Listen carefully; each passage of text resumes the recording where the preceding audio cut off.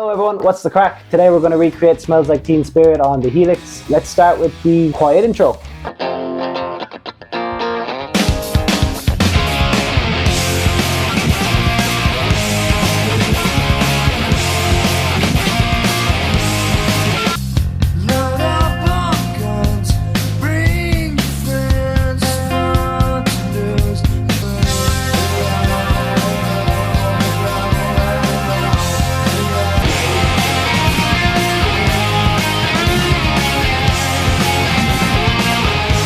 Okay, so for the quiet intro, we've got this interview with Butch Vig, who was the producer for Nevermind from 1997. He says that a Vox AC30 was used for the cleaner sounds. Let's look at snapshot 1, which is that intro. I never really edit this block here. This is off, so don't worry about this yet. This comes in a later snapshot. This is the amp, which is the AC30, which we just read about.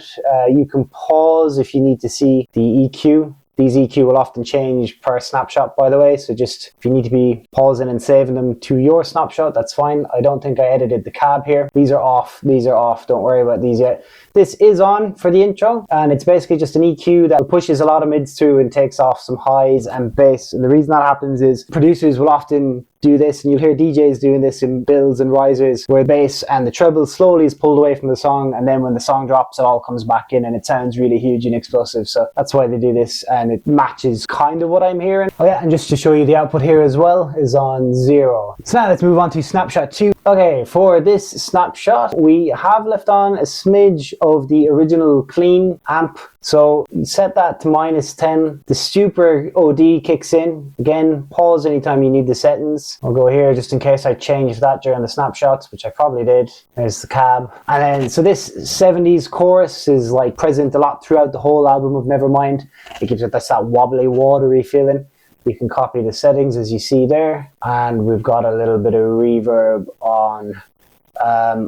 So yeah, that's just on, but really lightly. It just fills, I guess, a little bit of space in behind the heavy tracks. Like I noticed when I'm just playing the heavy tracks, it sounds good, but when you add in the other layer of the original channel, it just sounds a bit fuller. So that sounded good to me to leave on. Moving on to the actual heavy channel, the input is default as always, and then the first amp in our set of 2 parallel amps is the Line 6 Oblivion. I think by default that sounds similar-ish to gain sound on this song. So there you can see the settings, so have a look at those, copy those. Same again, pause the speaker if you need all that. This thing's off, don't worry about that yet. So yeah, this is cool. I like that Line 6 has this. So basically we have a double taker, which is not quite like a chorus, but it's more like it listens to what you're playing, and then slightly imperfectly kind of copies that to the wet channel. So the dry is like you're playing, the wet is the slightly messed up take. So what I like to do here to kind of replicate what they do when they're recording albums is use this block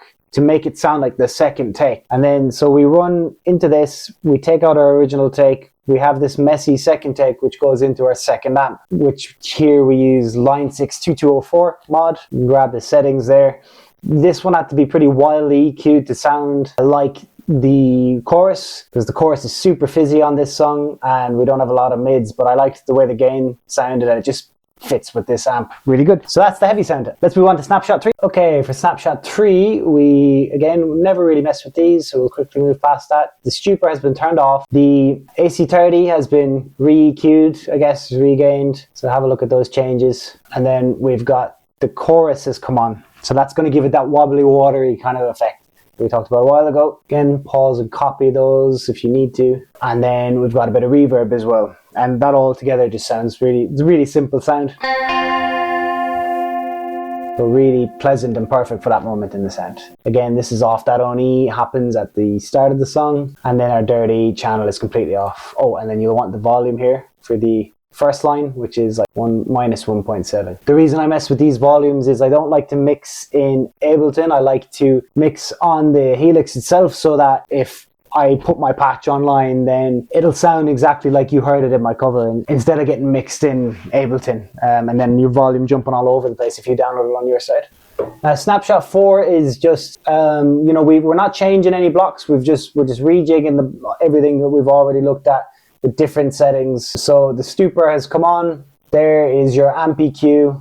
I don't think, yeah, this doesn't change per snapshot. These pedals just come on and off. Yeah, the decay and mix will change around on this per snapshot level. So pause, have a look at those. Onto the EQ again, that's always off except for snapshot 1, which is the intro. And then this is the volume of this channel here. It turns down a little bit to make space because we bring in some of the dirty channel there on -4.4. That block comes on. It's just basically this again put on this channel to really drench out that wobbly sound. EQ probably changed a bit, volume, all that stuff gain, so have a look at that there. Same on the Line 6 2204 amp. And yeah, so this one sounds like this.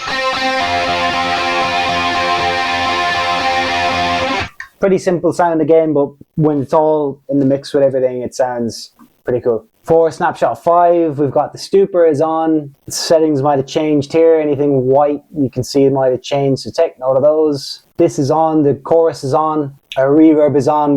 We've boosted some of the reverb settings to make it more obvious. And there's our volume at the end of that chain.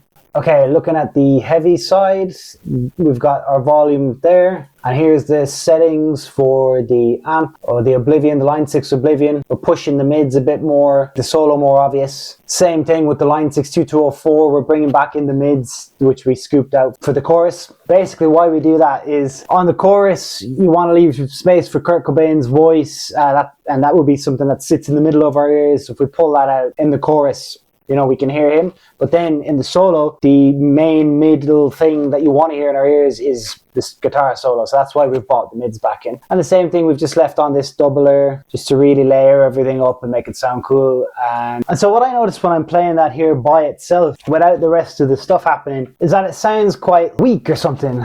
It doesn't sound like it's got the oomph. But funnily enough, things can often sound heavier in a mix if you come off the gain and just stack them. Stacking layers together, like when you've got your bass, guitar and solo all competing and everything's really gainy and fizzy, it just sounds like a mess. Whereas if you dial everything back and keep everything a little more calm, that's why a lot of these, when you listen to it, just me playing here, it sounds maybe a lot calmer. But then, like you saw in the little sound demos where I play everything at the same time, it sounds full. Yeah, so that's pretty much that patch, guys. Please leave suggestions in the comments for any songs you want me to tackle next. Also, on my website, if you want to skip building this, I've got the patch on my website for like the price of a coffee. If you want to support the channel and just save your time in rebuilding it, or you can just go back and rebuild it watching the video. But yeah, either way, super appreciate it, guys. And yeah, see you next time.